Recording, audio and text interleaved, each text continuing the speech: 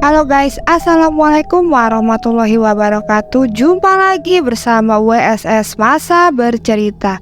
Hari ini aku akan menceritakan pembunuhan kejam seorang wanita yang saat itu sedang mengantarkan temannya pulang pada dini hari. Gimana sih ceritanya selengkapnya? Tapi tunggu dulu, sebelum masuk ke detail ceritanya, jangan lupa dong klik tombol like and subscribe channel ini jika kalian menyukai video kami ya, dan sebarkan video kami ke teman-teman kalian. Sekarang kita mulai masuk ke detail ceritanya. Hannah Cornelius adalah seorang wanita cantik banget. Dia lahir di Cape Town, Afrika Selatan pada tanggal 13 Februari 1996.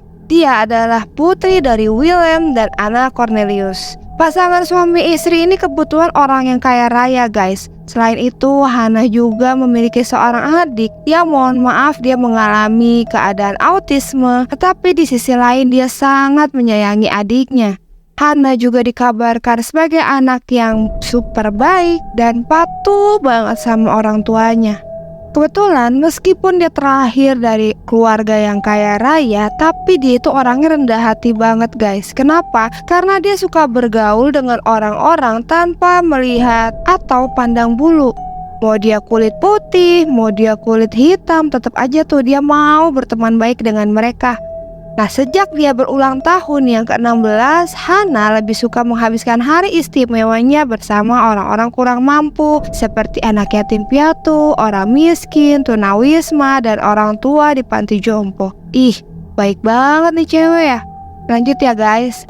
Setelah lulus SMA, Hannah melanjutkan pendidikannya di Universitas Stellenbosch, sebuah universitas bergengsi di Afrika Selatan, di mana pada saat itu ia mengambil jurusan studi budaya. Kisah sebenarnya dimulai pada malam tanggal 26 Mei 2017 guys, di mana Hannah dan teman-temannya lagi pergi ke sebuah pub. Dia lagi pesta-pesta dan minum-minum. Saat itu Hannah minta izin nih sama ibunya, "Mam, aku pulang jam 2.30 ya." "Oke, baiklah sayang, hati-hati ya di jalan," kata si ibunya.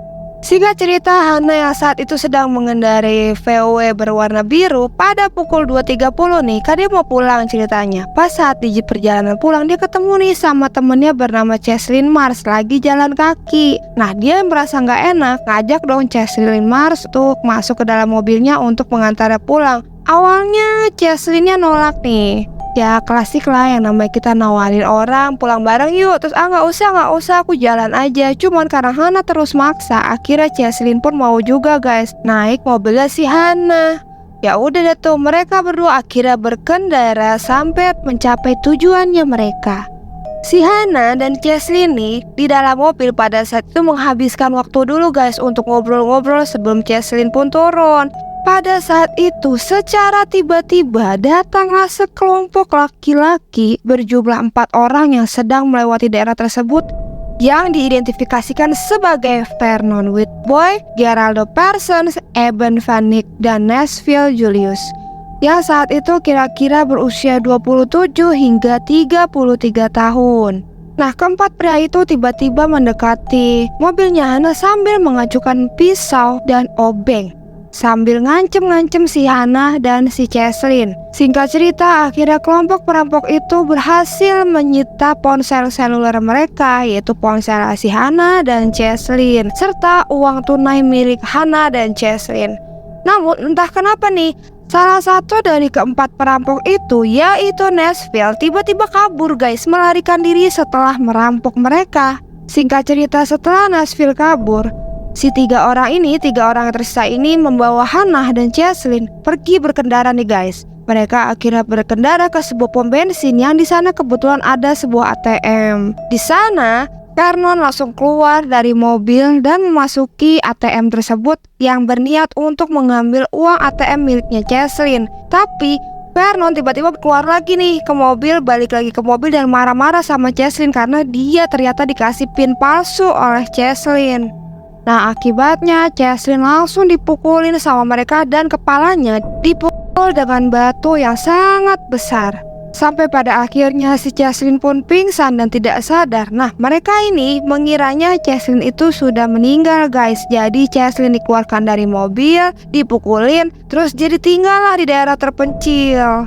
Padahal ternyata Cheslin itu masih hidup. Lanjut ya. Nah, di dalam mobil kan masih ada Hana ya yang ketakutan menghadapi 3 orang perampok tersebut. Ternyata si Hana dibawa ke lokasi yang berbeda. Dan parahnya, Hana diperlakukan lebih brutal daripada Cheslin guys. Kenapa? Karena dia diperkaos secara bergiliran oleh si Vernon, Geraldo, dan Eben secara berturut-turut guys. Jadi dia gak cuma dipukulin aja, tapi ditambah dia juga diperkaos.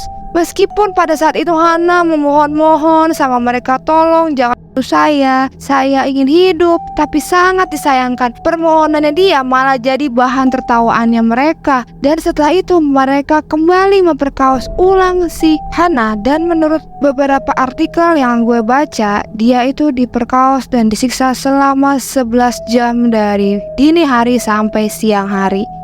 Sampai akhirnya Hana ditemukan meninggal di kebun anggur akibat luka pisau di leher dan tengkoraknya yang tertimpa batu seberat 7 kg yang mengakibatkan tengkoraknya Hana akhirnya retak dan hancur guys. Ya iyalah, gimana nggak hancur coy, kepala ditiba oleh batu sebesar 7 kg itu kayak gimana batunya? 1 kilo aja kalau nenteng beras aja udah lumayan, ini 7 kilo. Keesokan harinya, polisi pun melancarkan pemburuan tersangka setelah menerima laporan bahwa Cheslin telah ditemukan oleh anggota masyarakat dan terluka parah, serta tubuh Hana ditemukan dalam kondisi yang sangat mengerikan. Yang bikin geleng-geleng kepala nih guys, setelah mereka sudah menghabisi nyawanya Hana, ketiga tersangka ini berhasil lagi nih menjara 2 wanita tambahan. Gila sih, gak ada kapok-kapoknya ya di 3 orang ini. Mungkin mereka itu merasa diri mereka sudah sering melakukan hal seperti itu dan mereka bisa mengelabui para polisi ya guys. Tapi sepandai-pandainya tupai melompat, akhirnya mereka pun jatuh juga.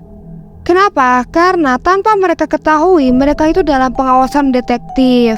Dan akhirnya Vernon, Geraldo, dan Eben akhirnya ditangkap.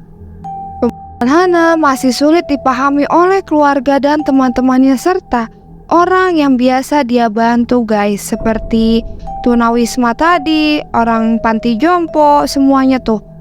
Belum lagi adiknya Hana yang mengidap autisme. Sering nih nanyain Hana, kakaknya yang cantik dan baik itu pergi kemana, kok gak pernah pulang gitu kan. Ya ampun, kesian banget ya. Tapi guys, ada satu hal yang sangat mengejutkan banyak orang. Kenapa? Karena ibunya Hana ditemukan tenggelam di pantai hampir setahun setelah kejadian tersebut. Mayatnya yang babak belur ditemukan di perairan dangkal Cape Town. Dan mengenai hasil persidangan, Vernon, Geraldo, dan Eben dijatuhi hukuman penjara seumur hidup karena kasus pemerkosaan, perampokan, dan pembunuhan, serta pelanggaran lainnya. Sedangkan Nashville dijatuhi hukuman 15 tahun penjara. Adapun keadaan Cheslin saat itu, ia tidak dapat melanjutkan studinya karena trauma dan gangguan pendengaran akibat serangan yang mengerikan tersebut. Duh, kesian ya si Cheslin. Jadi itulah guys, kasus pembunuhan Hana Cornelius, wanita yang cantik dan baik banget. Kenapa bisa dihabisi nyawanya seperti itu? Terima kasih sudah menonton kisah kami. Mohon maaf jika ada kesalahan dalam penyebutan nama korban atau tersangka. Sampai jumpa di kasus selanjutnya. Assalamualaikum.